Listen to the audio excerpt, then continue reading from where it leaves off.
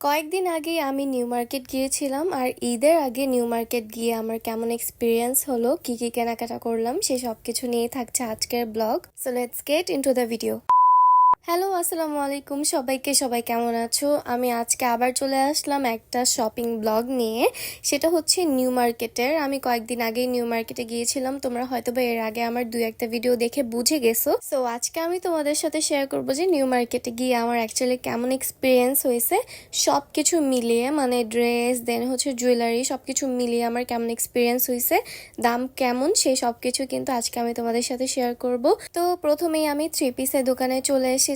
এইখানে আমি three piece দেখবো এখন। এর আগে আমি খুবই কম নিউ মার্কেটে এসেছি, কিন্তু নিউ মার্কেটে আমি কখনো ড্রেস কিনতে আসি নাই। আমি অলওয়েজ নিউ মার্কেটে জুয়েলারি কিনতে আসতাম, কিন্তু এবার আমি আমার ফ্রেন্ডের সাথে যখন যাই নিউ মার্কেটে তখন আসলে আমি জুয়েলারি কিনতে যাই, সত্যি কথা যেটা।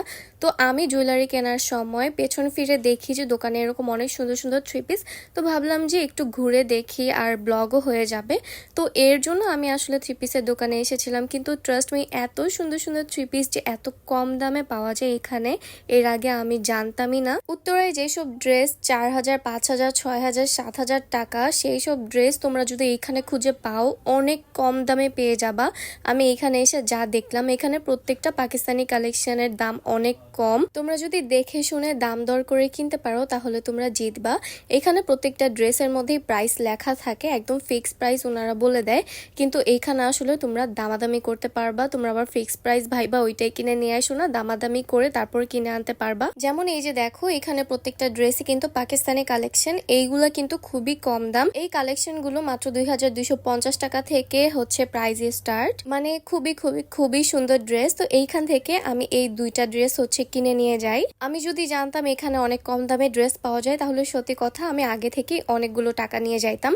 যাই হোক, তো এরপর চলে আসছি হচ্ছে গজ কাপড়ের। এইখানে গজ কাপড় আমার কেনার অনেক ইচ্ছা ছিল, তো এইখানে এসে এই গজ কাপড়টা আমার অনেক পছন্দ হয়।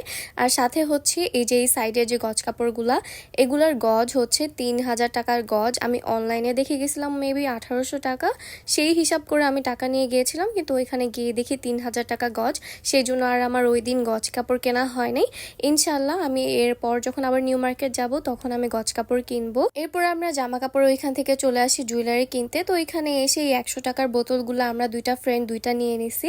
এরপর এখান থেকে একটা আংটি নিয়ে নিছি 50 টাকা দিয়ে, আর এখান থেকে একটা লকেট সহ চেইন নিছি 100 টাকা দিয়ে।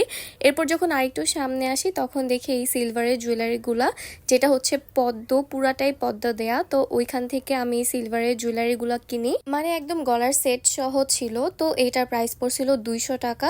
এরপর হচ্ছে আরেকটু সামনে গিয়ে এই কানের দুলগুলা দেখি, এগুলো আমার অনেক পছন্দ হয়েছিল, বাট আসলে আমি কিনতে পারি নাই, মনে ছিল না আসলে। তো এরপর চলে আসি হচ্ছে অক্সিডাইজ যে জুয়েলারিগুলো, ওইগুলো দেখতে।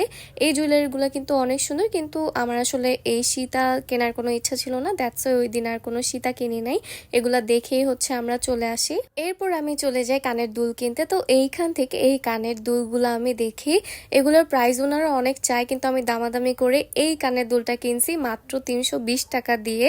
এরপর আমি আরেকটা গলার সেট দেখি, এই গলার সেটটা অনেক জোস। তো এইটা কিনি হচ্ছে আমি মাত্র 250 টাকা দিয়ে।